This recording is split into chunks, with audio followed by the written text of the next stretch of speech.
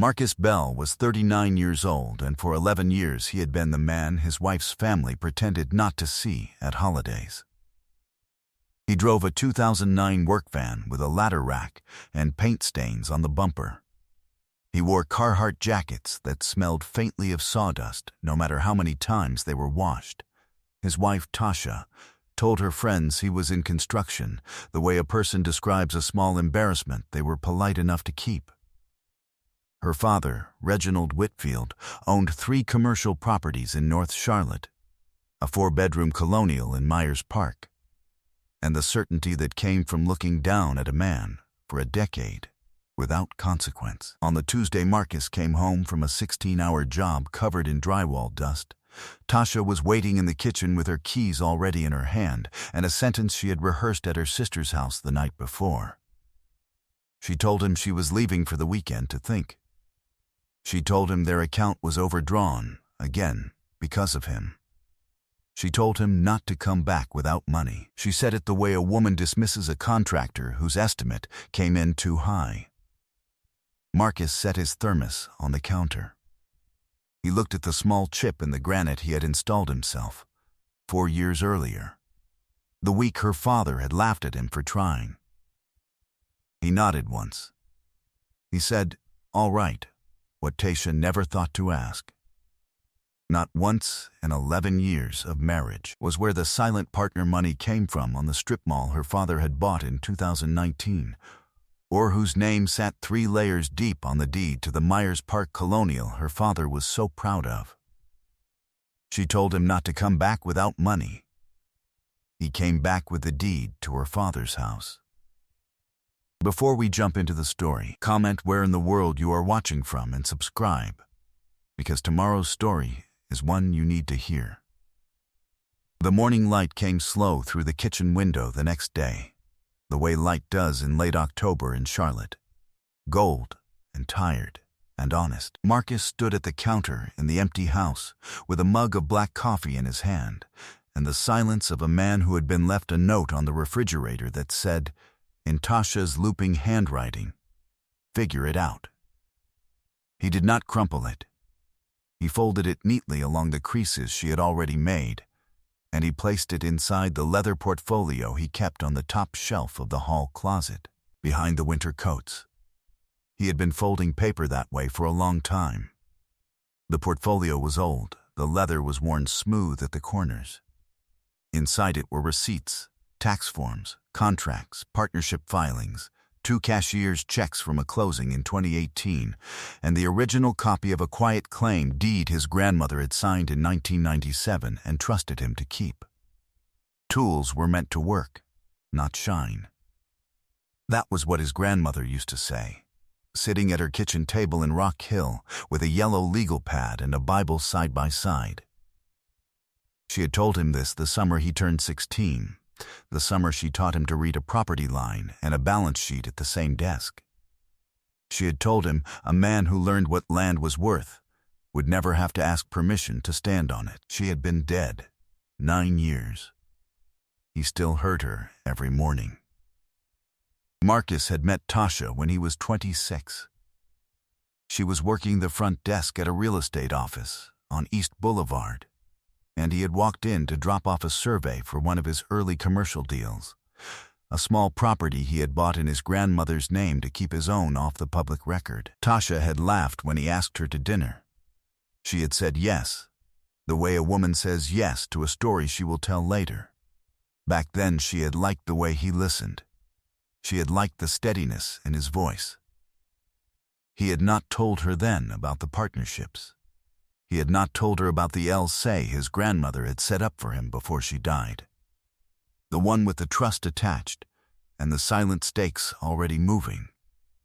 He had wanted her to like him for the part of him that wore work boots. She had. For a while, he set the mug down. He walked to the front window and looked out at the small brick rambler that the Whitfield family thought he could barely afford. He had paid it off in cash, in his cousin's name, in 2017. Tasha had never asked where the mortgage statements went. A car door slammed on the street. Marcus did not move from the window. Tasha's silver Lexus pulled into the driveway an hour earlier than she had said. She did not come inside.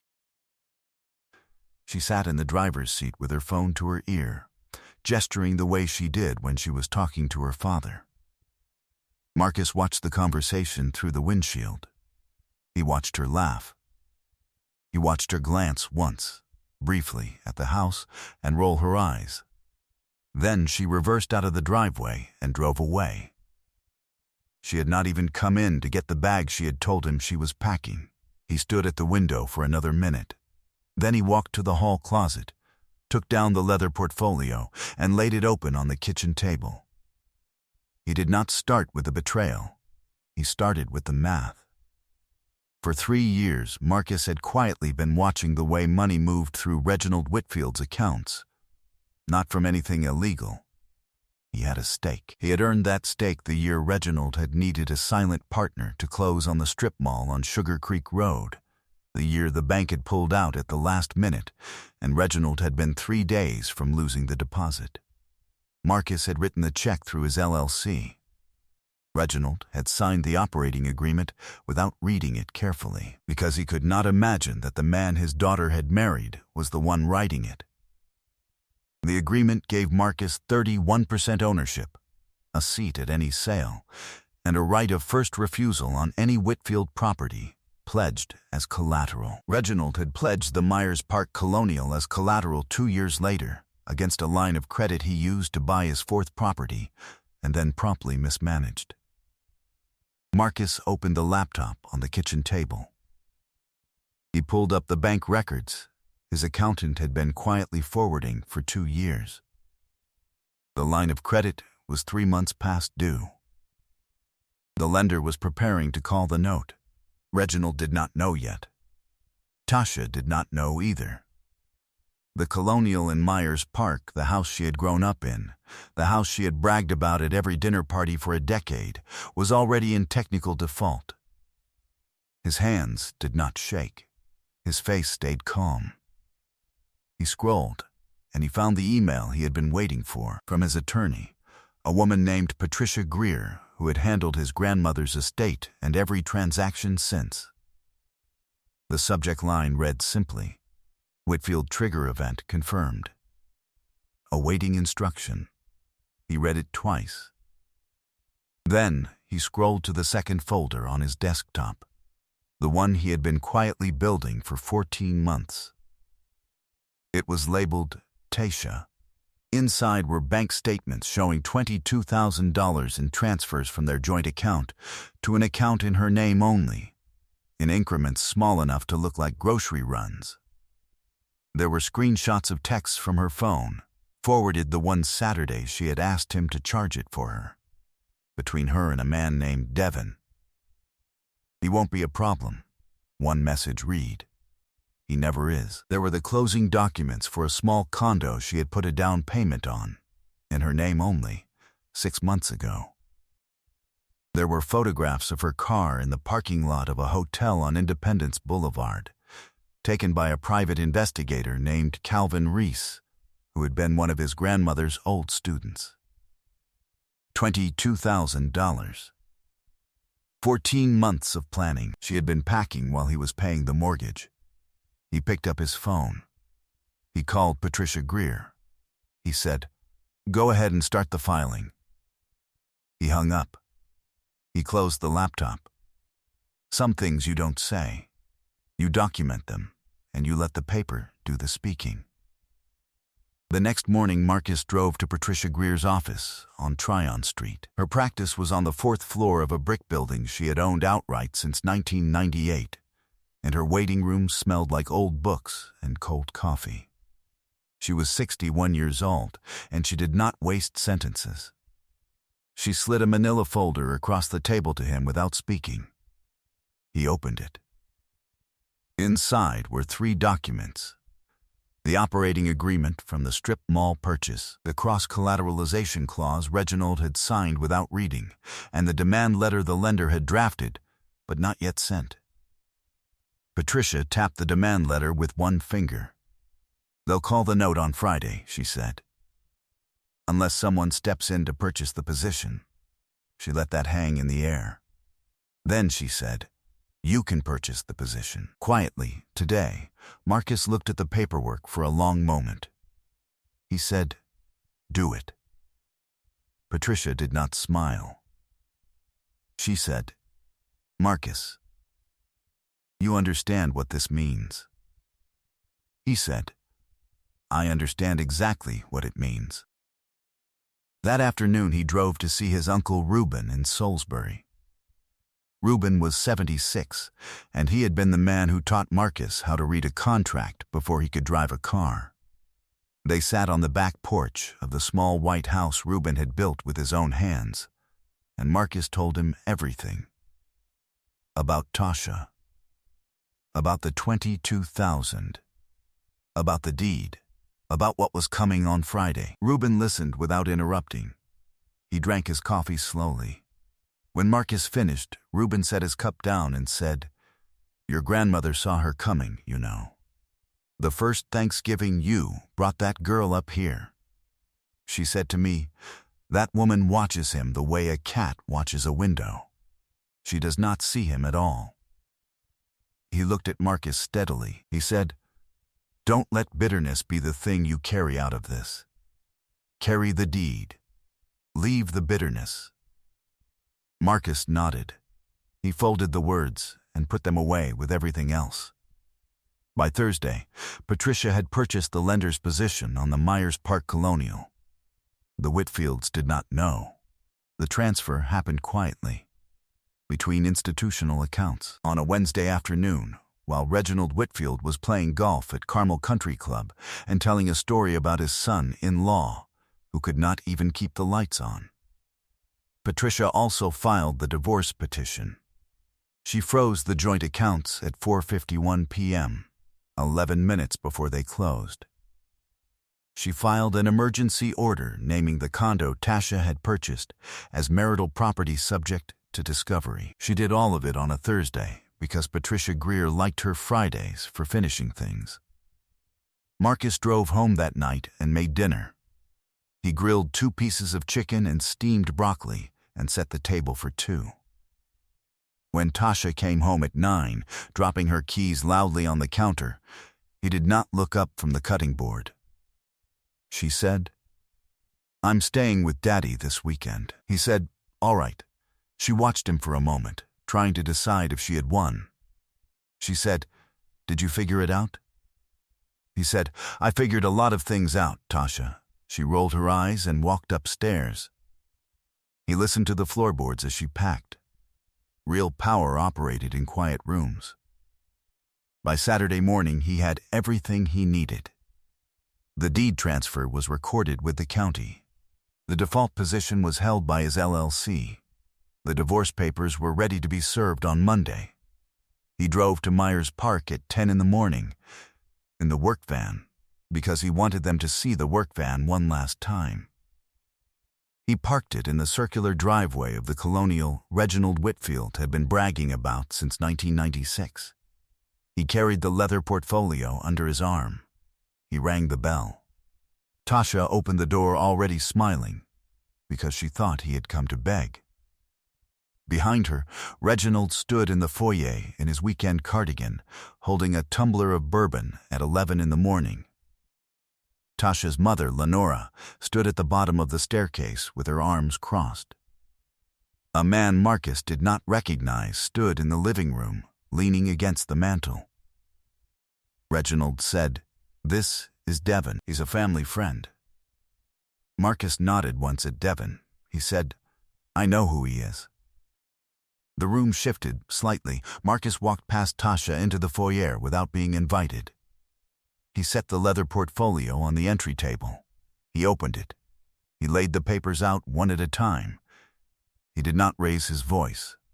He said, "This is the operating agreement for Sugar Creek Plaza, dated August 2019. Reginald, you signed it without reading the cross-collateralization clause on page 11. Reginald's hand tightened around the bourbon glass. Marcus laid down the second document. "This is the lender's demand letter for the line of credit you took out against this house. They were going to call the note yesterday. Lenora's arms uncrossed. Marcus laid down the third document. This is the recorded transfer of that lender's position to my LLC, filed Thursday afternoon at the Mecklenburg County Register of Deeds. He looked up at Reginald. He said, "I own the paper on this house, Reginald, as of Thursday at 3:14 p.m. He laid down the fourth document. "This is the deed in lieu of foreclosure my attorney prepared. You can sign it and walk away with your name intact. Or you can let me call the note publicly on Monday morning. Either way, by the end of next week, this house belongs to me." Reginald's face went through 3 colors in the space of one breath. Tasha said, "Daddy?" Her voice had gone thin. Reginald did not answer her. He was staring at the page on the table. Marcus laid down the 5th document. He said, "This is the divorce petition, filed yesterday." He looked at Tasha. "The condo on East Moorhead is marital property. The $22,000 you moved is documented. Devon's name appears in 7 of your messages." Devon pushed off the mantle and made a sound like he was going to speak. Lenora, without turning her head, said, "Devon, get out of my house." Her voice was quiet and final. Devon got out. Tasha said, "Marcus." She tried to put her hand on his arm. He stepped back. Once, calmly, he said, "You told me not to come back without money." He looked around the foyer, at the chandelier her mother had picked out in 1994, at the staircase she had walked down on her wedding day. He said, "I came back with the deed to your father's house." He closed the portfolio. He picked it up. He said, "Patricia will be in touch on Monday. Reginald, you have until Wednesday to sign. After that, the call goes public." He walked to the door. He did not look back. He stepped out onto the porch. He heard Tasha begin to cry behind him, the kind of crying that was not grief but recalculation. He kept walking. He got into the work van. He drove away. 8 months had passed like water. Marcus stood on the wide back porch of the Colonial in Myers Park in the early light of a June morning, with a mug of black coffee in his hand. He had not moved into the house.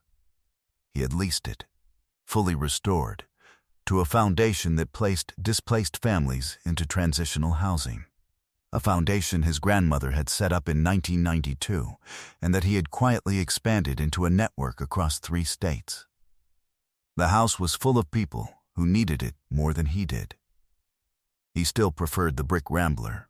The work van still sat in the driveway, though there were 2 other vehicles parked beside it now, registered to the LLCs, that the public records would never quite connect to the man in the Carhartt jacket.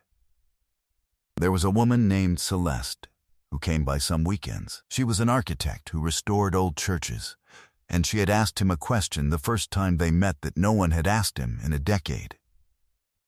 She had asked him what he had built that he was proudest of. He had told her about a deck. She had laughed, the kind of laugh that did not perform. They were not in a hurry. He had learned the value of not being in a hurry. Reginald Whitfield had signed the deed in lieu on a Wednesday morning in November in Patricia Greer's office, without speaking. He had retired quietly from the small commercial real estate firm he ran, Citing Health. Lenora had moved out 3 months later into a 2-bedroom condo in Dilworth that was the right size for a woman starting over at 60. She had sent Marcus a card at Christmas. He had not replied, but he had kept it. Tasha lived in the East Moorhead condo, which the court had awarded to her in the final settlement, along with a number that was significantly smaller than the one she had imagined for herself. She had taken a job at a regional marketing firm in a position 3 rungs below where she had been when Marcus met her. Devon had been indicted in February on an unrelated wire fraud charge, a case Marcus had nothing to do with, and noted only in passing in a phone call from Calvin Reese. Tasha's sister had stopped speaking to her in March. Her mother spoke to her once a week, on Sundays, briefly. The social circle she had spent 15 years cultivating had closed around her like a door. Marcus did not gloat. He noted these things the way an engineer notes a building settling into its foundation. And then he turned his attention back to the work. On the porch in Myers Park that morning, he watched a small girl from the foundation house chase a yellow ball across the back lawn. He drank his coffee. He thought about his grandmother, and about the yellow legal pad on the kitchen table in Rock Hill, and about the way she had told him that a man who learned what land was worth would never have to ask permission to stand on it. He thought about the deed, folded neatly in the leather portfolio that was now back on the top shelf of the hall closet in the brick Rambler, where it belonged. He had built everything worth keeping. I hope you enjoyed that one. Be sure to like the video and subscribe so you don't miss the next story. I've picked out 2 more for you that I think you'll really like.